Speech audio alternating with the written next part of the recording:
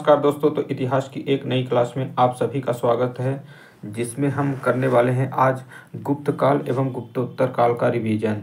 तो गुप्त काल और गुप्तोत्तर काल से जितने भी इम्पोर्टेंट क्वेश्चन बनने वाले हैं, उन सभी को ऑनलाइनर फॉर्म में हम आज रिवीजन करेंगे। इससे पहले हमने गुप्त काल तक के सभी टॉपिकों को अच्छे से रिवाइज कर लिया है। तो ये क्लासेस जो हैं वो आपके रिवीजन के दृष्टि से काफ़ी इम्पोर्टेंट हैं, स्पेशली रेलवे और एसएससी के एग्ज़ाम के लिए। और ये क्लासेस जो हैं वो पीएससी के एग्जामों में भी काफ़ी इंपॉर्टेंट है, क्योंकि इसमें बहुत कम समय में ज़्यादा से ज़्यादा रिवीजन हो जाता है। तो आइए आज की क्लास प्रारंभ करते हैं। पहला क्वेश्चन है कि गुप्त राजवंश का प्रथम शासक कौन था। तो गुप्त राजवंश का प्रथम शासक जिसने गुप्त वंश की स्थापना की नाम था श्रीगुप्त। श्रीगुप्त के द्वारा गुप्त वंश की स्थापना की जाती है। दूसरा प्रश्न है कि नगरों का क्रमिक पतन किस एक काल की महत्वपूर्ण विशेषता थी। तो गुप्त काल के दौरान क्या है, नगरों का पतन प्रारंभ हो जाता है और यहीं से क्या है, सामंतवाद की अवधारणा भी विकसित होनी प्रारंभ होती है। तो दो इम्पोर्टेंट पॉइंट गुप्त काल से कि यहाँ से नगरों का क्रमिक पतन हो जाता है और सामंतवाद की जो अवधारणा है वो पनपने लगती है। नेक्स्ट प्रश्न है कि प्राचीन भारत में किस वंश का शासनकाल स्वर्ण युग कहा जाता है।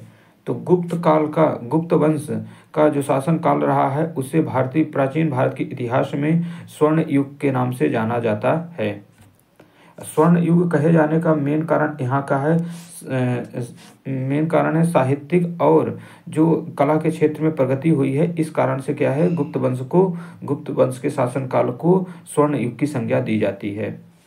नेक्स्ट प्रश्न है कि गुप्त वंश ने किस अवधि तक शासन किया। तो गुप्त वंश का जो शासनकाल रहा है वो 275 ईस्वी से लेकर 550 ईस्वी तक, 275 ईस्वी से 550 ईस्वी के मध्य गुप्त वंश का शासनकाल रहा है। भारत का नेपोलियन किसे कहा जाता है। तो गुप्त वंश का शासक समुद्रगुप्त को भारत का नेपोलियन कहा जाता है, क्योंकि उस समुद्रगुप्त ने क्या है, उत्तर से दक्षिण तक एक बृहद साम्राज्य की स्थापना की थी।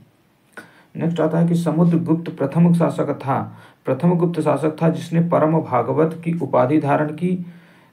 इसके बाद गुप्त शासक चंद्रगुप्त द्वितीय ने भी परम भागवत की उपाधि धारण की। तो समुद्रगुप्त पहला शासक है जो परम भागवत की उपाधि धारण कर रहा है, और दूसरा शासक जो होता है वो चंद्रगुप्त सेकंड, जिसे विक्रमादित्य के नाम से जाना जाता है, वो भी परम भागवत की उपाधि धारण करता है।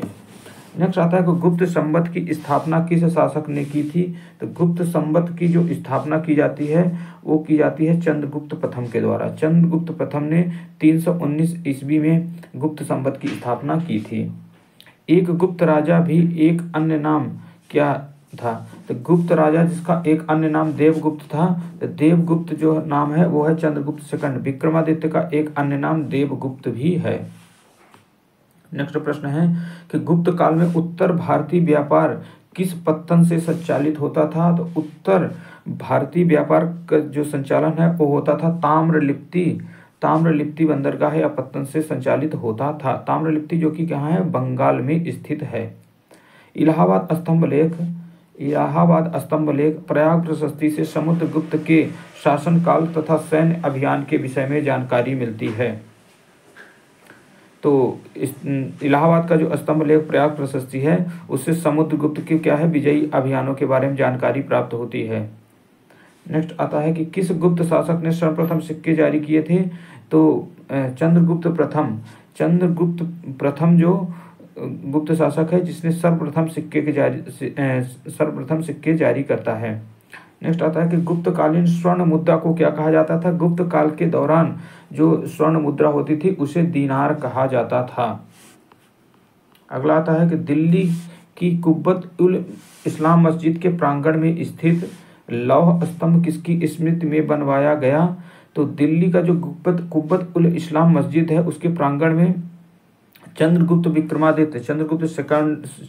सेकंड के द्वारा लौह स्तंभ का निर्माण करवाया गया। किस शासक को शक विजेता भी कहा जाता है। तो शक विजेता कहा जाता है चंद्रगुप्त विक्रमादित्य को, जिसने शकारी की उपाधि भी धारण की थी। इसने शकों को क्या किया, पराजित किया और भारत से खदेड़ दिया था। इस कारण इसे शक विजेता के नाम से जाना जाता है। गुप्त शासकों में प्रमुख उपाधियां, गुप्त शासक जो कि एक भारी भरकम उपाधि धारण किया करते थे, तो उनमें प्रमुख शासकों की जो उपाधियां हैं, श्रीगुप्त जो कि आदिराज और महाराज की उपाधि धारण करता है। नेक्स्ट आता है चंद्रगुप्त सेकंड जो कि विक्रमादित्य और विक्रमांक की उपाधि धारण करता है। नेक्स्ट इंपॉर्टेंट शासक होता है स्कंदगुप्त के द्वारा शक्रादित्य और शक्रोपम उपाधि धारण की जाती है। समुद्रगुप्त की तो बहुत सारी उपाधियां हैं, इसमें प्रमुख उपाधियां इसकी पराक्रमांक की उपाधि कौन धारण करता है? समुद्रगुप्त। कुमारगुप्त के द्वारा महेंद्रदित्य उपाधि धारण की जाती है। और चंद्रगुप्त प्रथम जो कि वास्तविक संस्थापक माना जाता है गुप्त वंश का, उसने उपाधि धारण की थी महाराजाधिराज की। तो सभी की उपाधियां इंपॉर्टेंट है परीक्षा की दृष्टि से। नेक्स्ट है मध्य प्रदेश के रीवा जिले में स्थित सुपिया का अभिलेख जो है गुप्त वंश को घटोत्कच वंश भी कहा गया है। प्रमुख यहाँ गुप्तकालीन अधिकारी एवं उनके विभाग कौन कौन से हुआ करते थे, अधिकारी उनसे संबंधित विभागों की लिस्ट है। महासेनापति जो होता था वो सेना का सर्वोच्च अधिकारी होता था। रणभंडागारिक जो होता था वो सेना की आवश्यकताओं की पूर्ति करने वाला प्रधान अधिकारी। सेना के लिए जो भी प्रबंधन की आवश्यकता पड़ती थी वो कौन करता था? वो रणभंडागारिक के द्वारा की जाती थी। महासंधि विग्राहक से मतलब यहाँ है विदेश मंत्री से। तो ये जो होता था युद्ध एवं शांति का प्रधान हुआ करता था महासंधि विग्राहक।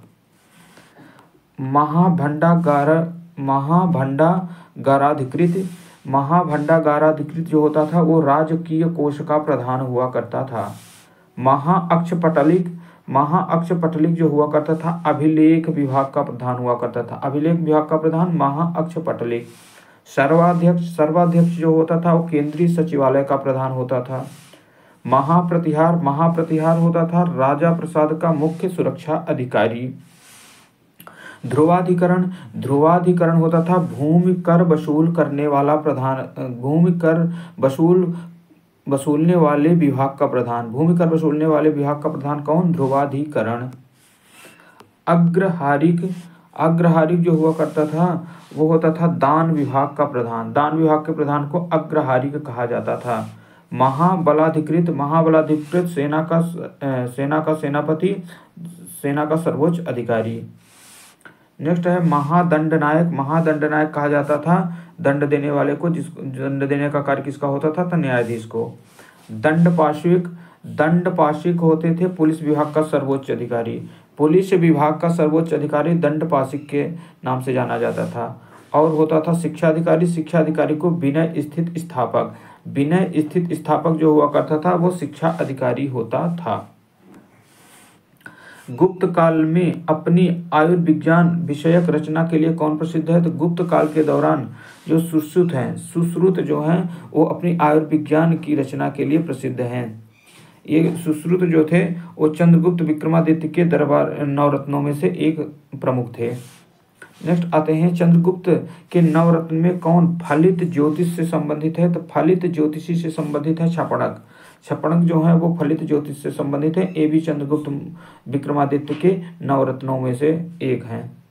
तो यहाँ दिया गया चंद्रगुप्त द्वितीय जो कि 375 से 415 ईस्वी तक स्वयं एक विद्वान और विद्वानों का आश्रयदाता था। उसके दरबार में 9 विद्वानों का एक समूह नवरत्न निवास करता था, जिनमें प्रमुख थे कालिदास, धनवंतरी, छपणक, शंकु, बेताल भट्ट, अमर सिंह, घटकर्पण, बराहमिरी और बररुचि। तो चंद्रगुप्त द्वितीय के जो नवरत्न हुआ करते थे उनके दरबार में प्रमुख रूप से कौन कौन थे? एक बार फिर से पढ़ लेते हैं। कालिदास जो कि ये क्या थे? नवरत्नों के प्रमुख हुआ करते थे। और इनके अलावा फिर धनवंतरी, छपणक, शंकु, बेताल भट्ट, अमर सिंह, घटकर्पण और बराहमिहिर, बररुचि। ये कुल 9 विद्वान थे जिनके इस समूह को नवरत्न की संज्ञा दी जाती है। शक एवं गुप्त संवतों के मध्य के अंतर कितना है? शक संवत और गुप्त संवत के मध्य का जो अंतर है वो है 242 वर्ष। नेक्स्ट आता है कि गुप्तकालीन रजत मुद्राओं को किस नाम से जाना जाता था? तो गुप्तकालीन जो चांदी की मुद्राएं होती थी तो उन्हें रूपक, और सोने की जो मुद्राएं होती थी उन्हें दीनार के नाम से जाना जाता है। कुमार गुप्तकालीन मंदसौर अभिलेख में किस श्रेणी का उल्लेख मिलता है? तो कुमार गुप्त कालीन मंदसौर अभिलेख से जो है वो तंतुबाई श्रेणी का उल्लेख प्राप्त होता है। अब नेक्स्ट आ जाते हैं, गुप्त काल में कृषि व्यवस्था का महत्वपूर्ण लक्षण क्या था? तो गुप्त काल में कृषि व्यवस्था का एक महत्वपूर्ण लक्षण जो होता था वो है सामंतवाद का प्रारंभ। गुप्तकालीन भूमि का वर्गीकरण क्षेत्र को कहा जाता, जो था वो खेती करने योग्य भूमि को क्षेत्र कहते थे। निवास करने योग्य जो भूमि होती थी उसे वास्तु कहा जाता था। खिल जो होती थी, जो भूमि कृषि योग्य नहीं होती थी, उसे खिल के नाम से जानते थे। जंगली भूमि को अपरहत के नाम से जाना जाता था। किसे? जंगली भूमि को। अब पशुओं के चरने के लिए छोड़ी गई भूमि को चारागाह। तो सबसे इंपॉर्टेंट है जंगली भूमि को क्या कहते थे? अपरहत। और जो भूमि कृषि योग्य नहीं होती थी उसे खिल, और खेती करने योग्य भूमि को क्षेत्र के नाम से जानते थे। किस शासक ने 4 अश्वमेध यज्ञ किए थे? तो 4 अश्वमेध यज्ञ करने वाला शासक का नाम है प्रवरसेन। प्रवरसेन के द्वारा 4 अश्वमेध यज्ञ किए जाते हैं। कायस्थ शब्द का जो उल्लेख है किस ग्रंथ में मिलता है? तो विशाख दत्त की जो पुस्तक है मुद्रा राक्षस में सर्वप्रथम कायस्थ शब्द का उल्लेख मिलता था। कायस्थ मुख्यतः वो होते थे जो मुख्यतः लिखने का कार्य किया करते थे। नेक्स्ट आता है कि ईंटों से निर्मित गुप्तकालीन मंदिर कहाँ स्थित है? तो ईंटों से निर्मित गुप्तकालीन मंदिर जो है वो बिठूर कानपुर में स्थित है। कुमार गुप्त के समय में ही मध्य भारत में रजत सिक्कों का प्रचलन हुआ। महेंद्र द्वितीय की उपाधि धारण की। नालंदा विश्वविद्यालय की स्थापना कुमार गुप्त के शासनकाल में हुई थी। मोस्ट इंपॉर्टेंट क्वेश्चन है कि नालंदा विश्वविद्यालय की स्थापना किसके द्वारा की जाती है? तो नालंदा विश्वविद्यालय के जो संस्थापक हैं वो है कुमार गुप्त। गुप्त काल में पैठन का प्रसिद्धि का क्या कारण था? तो गुप्त काल के दौरान जो साउथ में स्थित पैठन था उसका प्रमुख कारण है व्यापारिक मंडी। नेक्स्ट आता है शतरंज का खेल भारत में गुप्त काल के दौरान प्रारंभ हुआ, जहां चतुरंग के नाम से जाना जाता था। भारत में यह ईरान एवं तत्पश्चात यूरोप पहुंचा। शतरंज का खेल कब प्रारंभ हुआ? तो भारत में गुप्त काल के दौरान यह प्रारंभ होता था, जिसे चतुरंग के नाम से जाना जाता था। और भारत से यह जो खेल था फिर ईरान गया, और ईरान के तत्पश्चात यह यूरोप पहुंचा, जहां से फिर पूरी दुनिया में यह फैल गया। गुप्त काल में किस बंदरगाह से दक्षिण पूर्वी एशियाई राष्ट्रों को जहाज रवाना होते थे? तो जो गुप्त काल के दौरान दक्षिण पूर्वी एशियाई राष्ट्रों के साथ व्यापार हुआ करता था वो ताम्रलिप्ति, जो कि कहाँ बंगाल में स्थित है, से होता था। किस चीनी यात्री ने गुप्त काल में भारत की दशा का वर्णन किया है? तो वो यात्री है फाहियान, जो कि एक चीनी यात्री है, भारत की दशा का गुप्तकालीन समय का वर्णन करता है। भारत हिंदू देवी देवताओं को समर्पित सबसे प्राचीन मंदिर किसके काल का है? तो हिंदू देवी देवताओं को समर्पित सबसे प्राचीन मंदिर जो है वो गुप्त काल के हैं। सती प्रथा का प्रथम अभिलेखीय साक्ष्य जो है 510 ईस्वी में एरन से प्राप्त होता है। हाँ, लिखा हुआ है कि सती प्रथा का प्रथम अभिलेखीय साक्ष्य जो है वो एरन से प्राप्त हुआ है, 510 ईस्वी का है, जिसमें क्या है गोपीराज नामक सेनापति की स्त्री को सती होने का उल्लेख किया गया है। तो ये जो एरन अभिलेख है मध्य प्रदेश के सागर जिले में स्थित है और ये 510 ईस्वी का है, जिसमें प्रथम अभिलेखीय साक्ष्य के रूप में सती प्रथा का साक्ष्य प्राप्त होता है। जिसमें क्या है जो गोपीराज का एक सेनापति था उसकी पत्नी के सती होने का साक्ष्य मिलता है। गुप्त काल में चीन से भारत किस वस्तु का आयात किया जाता था? तो चीन से भारत का जो आयात किया जाता था वो रेशमी कपड़ों का आयात किया जाता था। नेक्स्ट आते हैं गणराज्यों के अंत के लिए कौन उत्तरदायी था? तो गणराज्यों के जो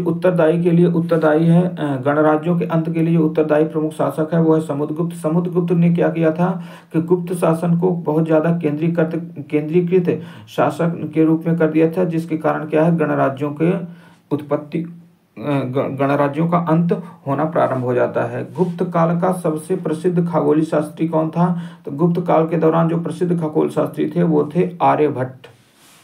गुप्तकालीन चित्रकला का उत्कृष्टतम रूप मिलता है, तो गुप्तकालीन चित्रकला का उत्कृष्टतम रूप अजंता महाराष्ट्र से प्राप्त होता है। विशाख दत्तकृत नाटक देवी चंद्रगुप्तम में उल्लेख मिलता है कि चंद्रगुप्त द्वितीय ने अपने बड़े भाई रामगुप्त की हत्या की थी। तो चंद्रगुप्त द्वितीय के जो भाई रामगुप्त का उल्लेख मिलता है वो मिलता है विशाख दत्त की पुस्तक देवी चंद्रगुप्तम के नाटक से। अगला आ जाता है, किसके स्वर्ण सिक्के हीन धातु का प्रतिशत सर्वाधिक है? तो किसके स्वर्ण सिक्कों में जो मिलावट है, हीन धातु का प्रतिशत सबसे ज्यादा है, तो वो है स्कंदगुप्त। गुप्त काल में लिखित संस्कृत नाटकों में स्त्रियों और शूद्रों के संवाद किस भाषा में हैं? तो गुप्त काल में जो लिखित संस्कृत नाटक हैं उनमें प्रकृत भाषा में स्त्रियों और शूद्रों के संवाद लिखे गए हैं। नेक्स्ट आते हैं कि गुप्त वंश का अंतिम शासक कौन था? तो गुप्त वंश का अंतिम जो शासक है उसका नाम है विष्णुगुप्त। चंद्रगुप्त द्वितीय विक्रमादित्य किस कारण से सकारी की उपाधि धारण करते हैं? तो चंद्रगुप्त विक्रमादित्य को द्वारा शकों पर विजय के कारण जो है सकारी की उपाधि धारण की जाती है। किस अभिलेख से समुद्रगुप्त को लिच्छवी दौहित्र बताया गया है? तो समुद्रगुप्त का जो प्रयाग प्रशस्ति अभिलेख है उसमें समुद्रगुप्त को लिच्छवी दौहित्र बताया गया है। हूणों ने स्कंदगुप्त के शासनकाल में आक्रमण किया था, इसमें स्कंदगुप्त ने हूणों पर विजय प्राप्त की। नेक्स्ट आता है, गुप्त काल में श्रेणियों में बड़ी संस्था जिसकी शिल्प श्रेणियों सदस्य थी को क्या कहा जाता था? तो गुप्त काल के दौरान जो सबसे बड़ी संस्था जिसकी शिल्प श्रेणियां सदस्य थी उनको कहा जाता था निगम। अग्रहार से क्या तात्पर्य है? तो अग्रहार से तात्पर्य था ब्राह्मणों को दिया जाने वाला भूदान। ब्राह्मणों को दिया जाने वाला भूदान को क्या कहा जाता था? अग्रहार।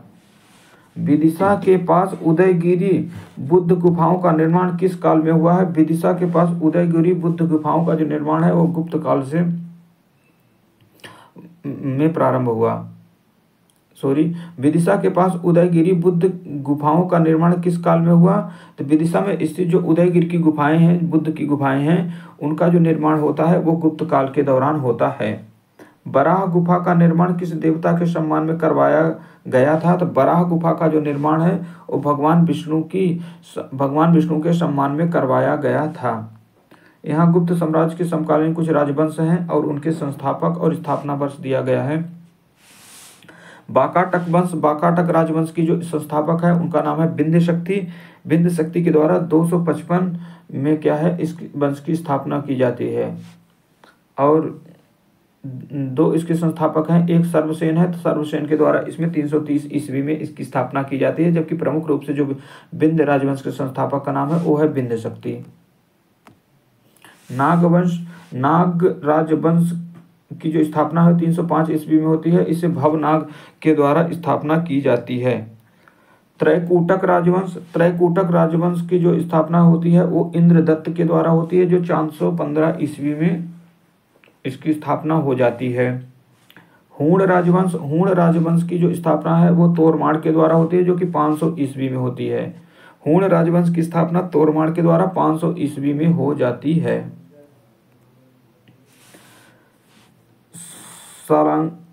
सालंकायन राजवंश जो कि 300 ईस्वी में स्थापित होता है, इसके संस्थापक का नाम है देवबर्मन। विष्णुकुंडिन राजवंश जो है विक्रमेंद्र फर्स्ट के द्वारा की जाती है।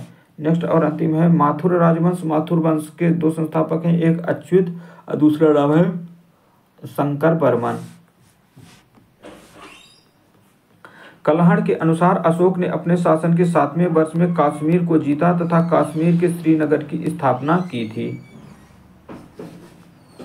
तो गुप्त राजवंश से संबंधित जितने फैक्ट थे उन सभी को पढ़ लिए हैं। अब नेक्स्ट आ जाता है गुप्तोत्तर काल से संबंधित कुछ इंपॉर्टेंट पॉइंट हैं, उनको भी हम याद कर लेते हैं, आज के ही क्लास में रिवीजन कर लेते हैं। गुर्जर प्रतिहार वंश की स्थापना किस शासक के द्वारा की जाती है? तो गुर्जर प्रतिहार वंश जो कि एक गुप्तोत्तर काल का वंश है, इसकी स्थापना की जाती है नागभट्ट प्रथम के द्वारा। राष्ट्रकूट साम्राज्य की स्थापना किसके द्वारा की जाती है? तो राष्ट्रकूट साम्राज्य की जो स्थापना की जाती है वो की जाती है दंती दुर्ग के द्वारा। गुप्तोत्तर काल में भारत मुख्यतः किसका आयात किया जाता था? तो गुप्तोत्तर काल के दौरान भारत में मुख्य रूप से आयात घोड़ों का किया जाता था। मौखरी शासकों की राजधानी कहाँ स्थित थी? तो मौखरी शासकों की जो राजधानी है वो कन्नौज में स्थित थी। सम्राट हर्षवर्धन ने अपने शासनकाल में कन्नौज तथा प्रयाग में 2 बौद्ध महासम्मेलनों का आयोजन करवाया था। तो गुप्तोत्तर कालीन शासक हर्षवर्धन के शासनकाल में कन्नौज तथा प्रयाग में 2 बौद्ध महासम्मेलनों का आयोजन किया गया था। बाल विवाह की प्रथा किसके शासनकाल में आरंभ होती है? तो बाल विवाह की जो प्रथा है वो कुषाण काल के दौरान, शासनकाल के दौरान आरंभ होती है। प्राचीन भारत में सिंचाई कर को क्या कहा जाता था? तो प्राचीन भारत के में जो है सिंचाई कर को कहा जाता था विदक भागम। विदक भागम के नाम से जाना जाता था सिंचाई कर को। हर्ष के प्रशासन में अवंती युद्ध और शांति का अधिकारी था। हर्ष के प्रशासन में अवंती युद्ध और शांति का अधिकारी था। इसके अतिरिक्त कुछ अन्य अधिकारी भी निम्नवत हैं। तो हर्ष के शासन काल में अवंती क्या है? युद्ध और शांति का अधिकारी है। और अन्य अधिकारियों के बारे में देख रहे हैं। जो सिंहनाद है वो एक सेनापति हुआ करता था। कुंतल अश्व सेना का प्रधान अधिकारी। स्कंदगुप्त हस्त सेना का प्रधान। सामंत और महाराज जो होते थे वो नागरिक प्रशासन के प्रमुख हुआ करते थे। तो सिंहनाद क्या है? सेनापति है। और कुंतल जो है अश्व सेना का प्रधान है।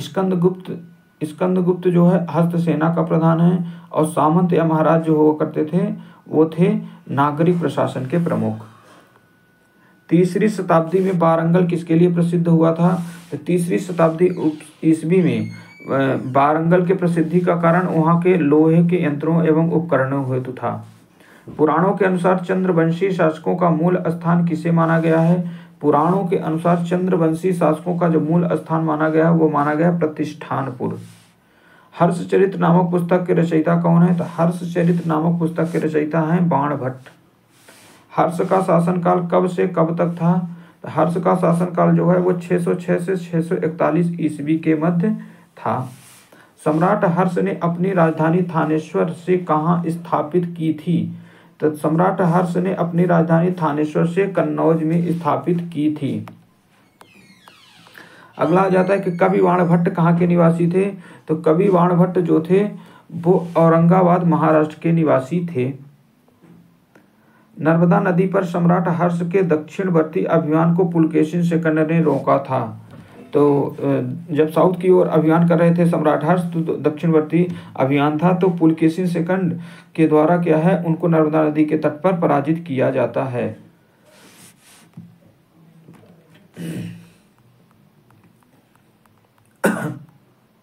नेक्स्ट है कि नालंदा विश्वविद्यालय किस राज्य में स्थित है? तो नालंदा विश्वविद्यालय जो वर्तमान बिहार राज्य में स्थित है। हेनसांग किस राजा के शासनकाल में भारत आया था? तो हेनसांग जो भारत में हर्षवर्धन के शासनकाल के दौरान भारत की यात्रा की थी, जो कि क्या है एक चीनी यात्री है। भारत में नारियल की खेती कब से प्रारंभ होती है? तो भारत में नारियल की खेती जो है वो सातवाहनों के शासनकाल से प्रारंभ होती है। कौशेय शब्द का प्रयोग किसके लिए किया गया है? तो कौशेय शब्द का जो प्रयोग है वो रेशम के लिए किया गया है। गुप्तोत्तर काल में प्रमुख व्यापारिक केंद्र कहाँ था? तो गुप्तोत्तर काल में जो प्रमुख व्यापारिक केंद्र है वो है कन्नौज। हेनसांग की भारत यात्रा के समय सूती वस्त्रों के उत्पादन के लिए सबसे प्रसिद्ध नगर था मथुरा। जब हेनसांग ने भारत की यात्रा की थी उस समय सूती वस्त्रों का उत्पादन सबसे सर्वाधिक प्रसिद्ध मथुरा था। गुप्तोत्तर काल में भूमि का स्वामित्व किसके हाथ में था? तो गुप्तोत्तर काल में भूमि का जो स्वामित्व है वो ग्राम सभा के हाथ में हुआ करता था। भारत में सबसे प्राचीन विश्वविद्यालय कौन है? तो बिहार का जो नालंदा विश्वविद्यालय है वही सबसे प्राचीन विश्वविद्यालय माना जाता है।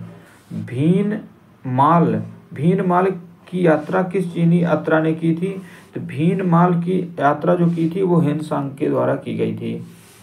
चीनी यात्री इत्सिंग ने बिहार का भ्रमण किस समय किया? तो चीनी यात्री इत्सिंग जो है 672 ईस्वी में बिहार का भ्रमण किया। हर्ष ने 3 नाटकों प्रियदर्शिका, नागानंद और रत्नावली, प्रियदर्शिका, रत्नावली और नागानंद के रचयिता के रूप में जाना जाता था। हर्ष क्या था? एक विद्वान शासक था जिसने 3 नाटकों की रचना की, प्रियदर्शिका, रत्नावली और नागानंद। नालंदा विश्वविद्यालय को किसने नष्ट किया था? तो नालंदा विश्वविद्यालय को नष्ट करने का श्रेय जाता है बख्तियार खिलजी को।